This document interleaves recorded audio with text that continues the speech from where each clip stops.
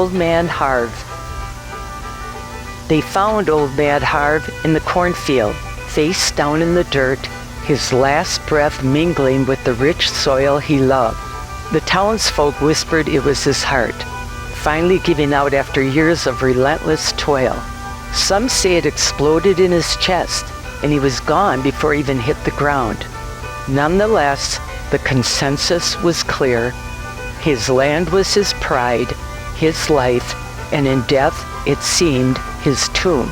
They buried him where he fell, as was written in his will, the earth closing over him like a lover's embrace. Life went on, as it does, the seasons turning, and the corn growing tall and green. But not long after Harve's death, the stories began.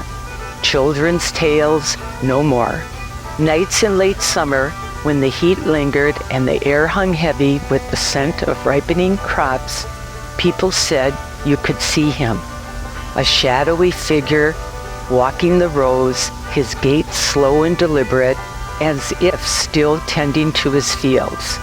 Harve's eldest son, Thompson, inherited the property, much to the protest of his younger brothers.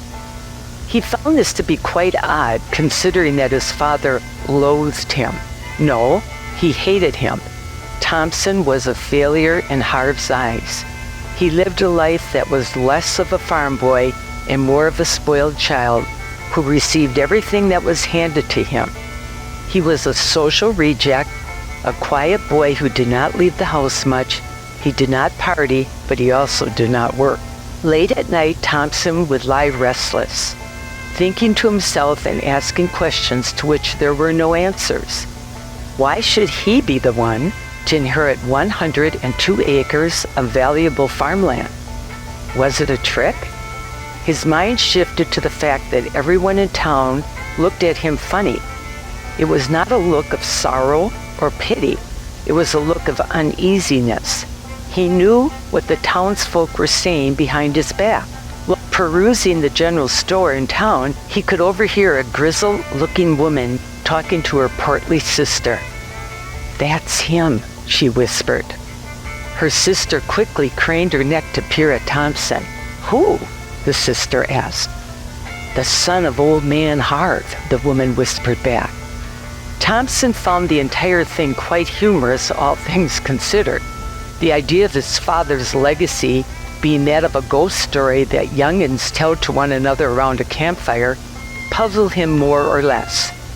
To him, it was just an old and bitter man dying alone, surrounded by not his family, but by dirt and nothing more. Thompson scoffed at the idea of his father's spirit roaming the cornfield at night, but even he couldn't explain the strange footprints that appeared overnight, or the patches of earth that seemed freshly turned by unseen hands. One night, Thompson decided to put an end to the nonsense.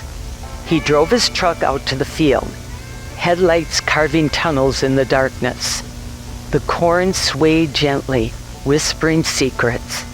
He walked deep into the field, the tall stalks closing around him like a shroud. As he neared the spot where Harve fell, the air grew cold, and a chill ran down his spine.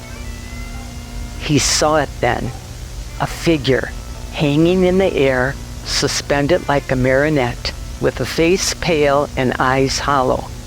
It was Old Man Harv, his body a ghostly silhouette against the night.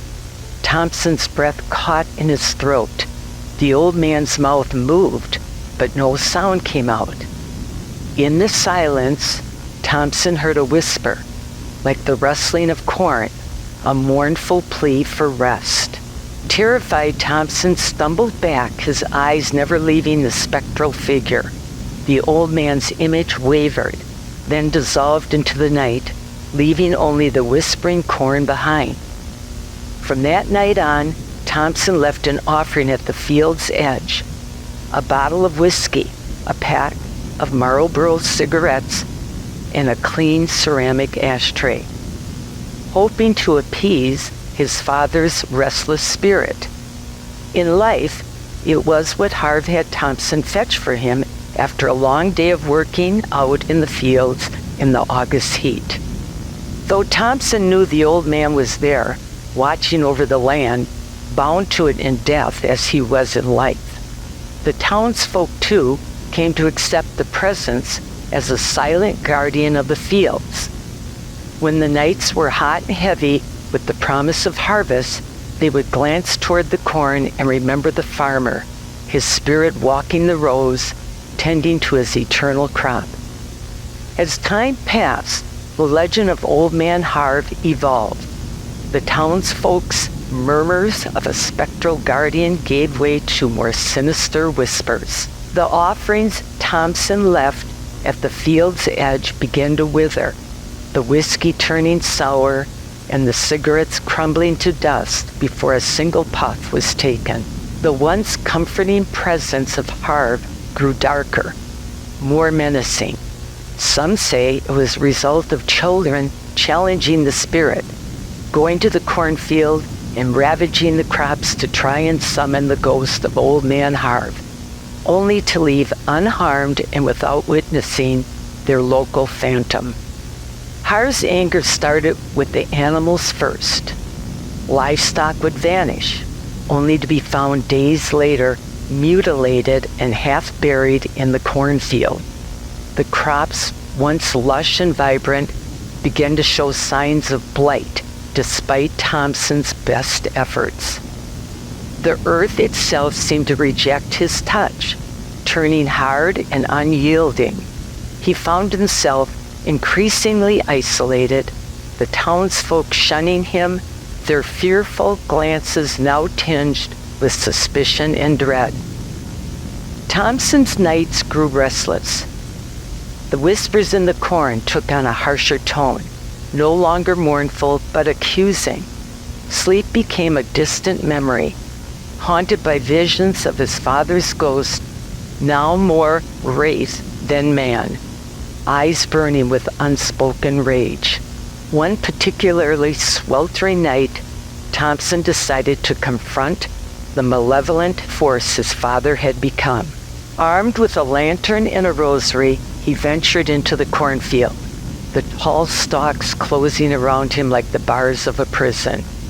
He walked until he reached the exact spot where Harve had died, the air colder and heavier than ever before.